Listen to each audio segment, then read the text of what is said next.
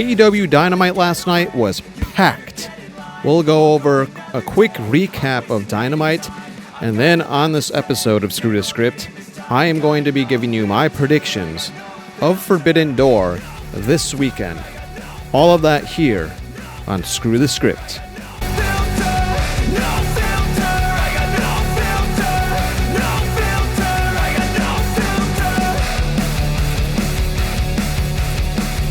We had a really good go-home Dynamite show before Forbidden Door.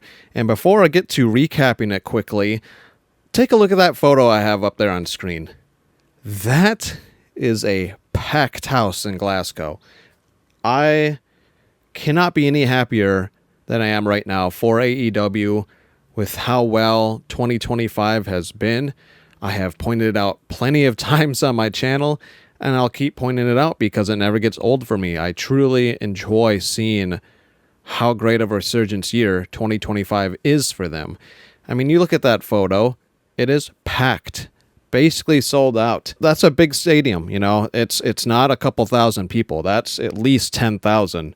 I think that arena fits about 14,500 if I'm not mistaken. So really good. Now going on to the show, we had great matches. We had Death Riders versus Jet Speed and Tanahashi. Like, you can't get any better than having Tanahashi right around Forbidden Door, teamed up with the young team and Jet Speed. This was one of my favorite matches of the night. All competitors looked really good in the ring. It was a fun match from start to finish. I really love Jet Speed.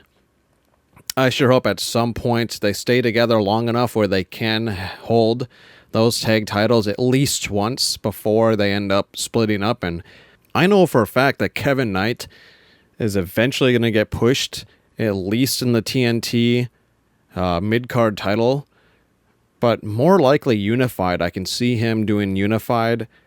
Don't know if he's anywhere close to being world title yet, but I really, really like the kid. 28 years old. He's a few years younger than I am. I really think that the sky is the limit for him, pun intended, with his nickname being, Jet. I cannot stress this enough. I think he is the future of AEW, and he's one of the guys that hopefully will be around for a very long time. We also saw Max Caster having announced his open challenge will return next week. First international one. I'm curious to see who it'll be there. We had Ospreay and Moxley face to face. That was really good. We had the main event was really good between Toni Storm and Winsler. Athena and Mercedes actually make a really, really good tag team. I'm not going to lie. But the highlight of the night that I want to talk about is two things. One, Hangman and MJF. This feud, I hope, will not end at Forbidden Door. I'm not entirely sure what's going to happen. I actually had a friend say that, what if it's a long con and MJF wasn't actually kicked out of the Hurt Syndicate and they're going to help him beat Hangman for the title? That would be insane. I don't particularly see that happening, just with Hangman just winning that title. I don't think he was, a transition champion. A short-lived one at that, if he were to lose at Forbidden Door. But man, I hope they keep pushing this feud for a little while. You've got the other big highlight of the night for me was that tag match between Brodito and FTR. One of the best tag matches you'll see on a free episode of television. And I'm okay with this. Some people might not be, but having it become a triple threat for the tag titles actually protects the Hurt Syndicate, because if they lose the titles, they don't necessarily need to be pinned. So I think that is very smart by Tony Khan in doing so. This match went the distance. It was the highlight of the episode. I cannot wait for this match at Forbidden Door. So, speaking of Forbidden Door, let's get into those predictions. Real quick, actually, before we get into the Forbidden Door predictions, I wanted to show two things on the screen. First one, a positive thing. We've got stats about All Out, tickets distributed. This was actually early in the week, so it's probably higher now than it is listed here. But look at that. All Out for 2025 has already the fourth most sold All Out, and we're still over a month away They haven't even announced a single match. And between 4th and 1st place is barely over 1,000 tickets. I mean, there is a very good chance that they sell out All Out and it becomes their highest attended All Out, even beating their initial startup year of 2019, which I have claimed multiple times that it was still their best year. And I've said that 2025 is only second to 2019 in terms of how great those 2 years are for AEW. If All Out of 2025 surpasses the original 2019 All Out, you could argue that this might be their best year yet. So I wanted to show that. And then, real quick, to transition to WWE quickly, you see WrestlePalooza. And we've got WrestlePalooza Indianapolis, Saturday, September 20th. They are countering, and they are countering hard. I expected this, but why the fuck are tickets so damn high? $7,000 for the front few rows. Are you kidding me? Even nosebleeds are like $150. Fucking awful. Please change your ticket prices, WWE. Not everybody can shell out for a used car, basically, for one ticket. Unbelievable, but it's really separating a lot of fans. I've seen a lot of discourse, people hating this decision of WrestlePalooza, hating how much ticket prices are, hating that you need 6 streaming services now to watch their shows. It's unfucking believable, WWE. Now, let's get on to Forbidden Door predictions. Now, to get on to Forbidden Door predictions, I have the photo up there on the screen for you, and we're just going to go clockwise, starting with the top left. We'll go, round and around until we get back to the top, and we'll save the AEW World Championship match for last. So starting with the AEW Women's World Championship, I have Toni Storm retaining. My prediction specifically on how she retains is that Billie Starkz gets involved to try and help Athena. I'm going to say it about like mid-match, and it doesn't work. And then you can kind of see a falling between the two of them during the match. And then at the end of the match, when Athena loses, she gets pissed at Billie Starkz and basically blames it on her. And I think this is where we slowly start to see Billie Starkz turn face, and eventually will be feuding against Athena, possibly for her ROH Women's Championship that she's held on to a very long time. So I am predicting Toni Storm to win, and that is how I predict it to happen. Next, we got the Unified Championship the Unified Championship with Okada against Swerve Strickland. This is going to be a really, really good match. Unfortunately, there are news reports that I'm seeing that Swerve Strickland actually has an injured knee and has had an injured knee for a very long time. So that fucking sucks because I love Swerve. So unfortunately, I really see him losing this. I see Okada retaining. I feel like Okada is going to have this belt for a long time. So I don't really see anyone beating him for some time. But not only that, I think they're going to have Swerve, unfortunately, take some time off. I hope you get well, Swerve. I'm assuming he's going to take time off after this match and probably will end up having knee surgery and be out for, it could be 8 to 10 months, unfortunately. Between that and Will Ospreay, which we'll get to his match later, who also needs to have neck fusion surgery, I believe is what I was reading, that can also shelf him for close to a year. AEW is going to have a rough 2026 if both of these guys decide to have their surgeries around the same time, because both are going to be both are going to be out of action for a long time. So I hope the best for both of them and that they heal up. They were a great tag team together briefly, but I am going to go with Okada for those reasons. Next, we got the IWGP World Heavyweight Championship. I'm actually super excited for this match. Definitely a change of pace from the usual AEW product. This is going to be a very technical match, a lot of submissions. I actually made a prediction on this on a previous video where I see, Garcia, who reluctantly eventually shook the hand of Nigel.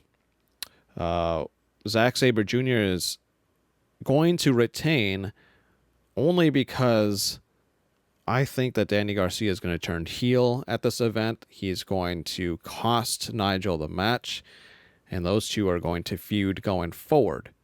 So I am picking Zack Sabre Jr. to retain his title at Forbidden Door. Next, we got probably one of the more fun matches of the night that has this past Dynamite became a triple threat tag title match because Brodito and FTR went the distance. We are now seeing the two teams facing against the Hurt Syndicate. I feel like the Hurt Syndicate is going to retain. However, there is a lot of avenues that this match can go down. We could see the Hurt Syndicate lose by not even being pinned at all. MJF could cost their titles. Who knows? Obviously, the most shocking outcome would be if Brodito wins the tag titles. I would love to see that happen, but the safe pick is sometimes the right pick, and I'm going to say that the Hurt Syndicate holds on just a little bit longer, because I think if they're going to lose the titles, it's going to be at All Out, and my prediction of Wardlow returning at All Out could cost the titles for them in the corner of MJF. Maybe MJF finds yet another person to partner with to feud them and take the titles off them. Which, I don't want to, skip ahead. I'll give you my reasons why when we cover the main event. But that is my prediction. Safe pick. Hurt Syndicate retains. Next, we got the Lights Out Steel Cage match, which I'm assuming is going to co-main event. I'm not entirely sure. This is going to be chaotic. It's going to be insane. Darby Allin's going to do insane spots. He's going to basically kill himself in a sense. Mox is going to be bleeding by the time the cage encloses fully. You're going to see all kinds of crazy shit in this match. I do see the good guys winning here. I mean, that is a fucking roster of a team. You got Darby Allin. You got Omega, Ibushi. Oh my God, you got Will Ospreay. Just so many good competitors. And Tanahashi, forgot him. How do you beat that, I feel like this is probably the moment where we see the send-off of Moxley's Death Riders. I think they're going to lose this, and I think they're finally losing steam on the whole ordeal. And eventually I see Moxley going his separate ways as just a singles competitor again. Gabe Kidd deserves to be on his own. The Young Bucks will eventually turn face, I've predicted. And I'm not entirely sure where Claudio goes, unfortunately, because if and when they do end up disbanding, I'm not entirely sure what there is for him in AEW going forward. But my prediction is for Darby Allin's team to win. Next, we're going to go on to the women's fatal four-way match. Bozilla was actually the one announced. It's not in that graphic, but she will be facing Alex Winsler, Mercedes, and Persephone. I would love to see Alex Winsler win this. I'm a huge fan of hers already, early on. But again, unfortunately, I need to go with the safe pick here.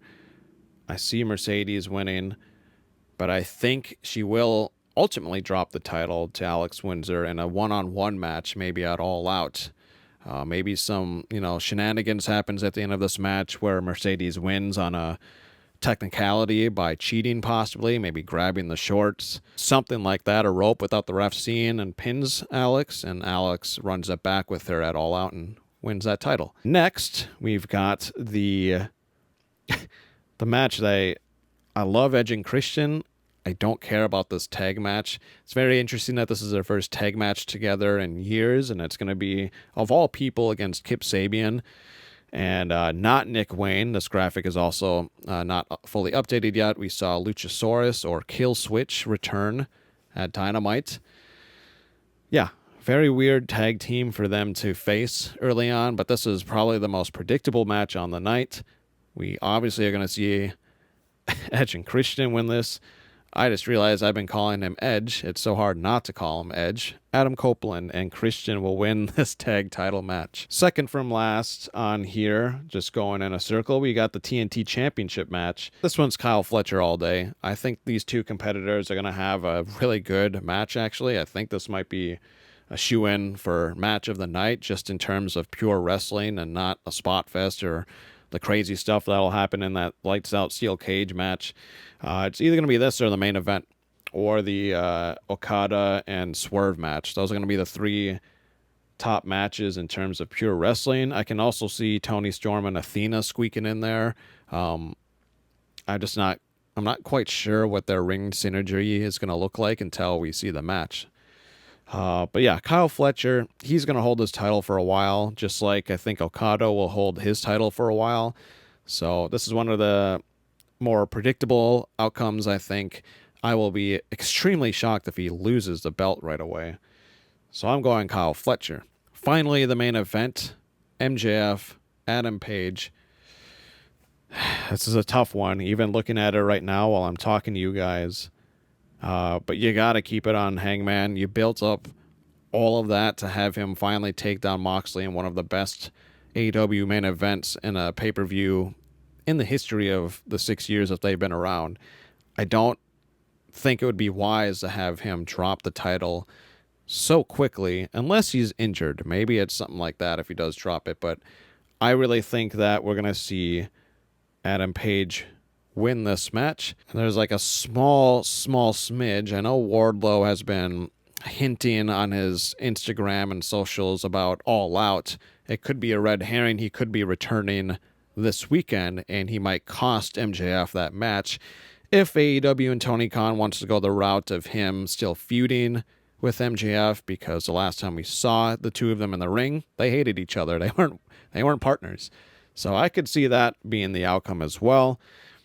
Nonetheless, regardless of how it ends up, I see Adam Page retaining. That's all I had on this episode of Screw the Script. You let me know down below your predictions for Forbidden Door. You let me know what you think about all of that stuff that I said earlier about the counter-programming. Anyways, this has been Maverick with Screw the Script. Thanks for watching.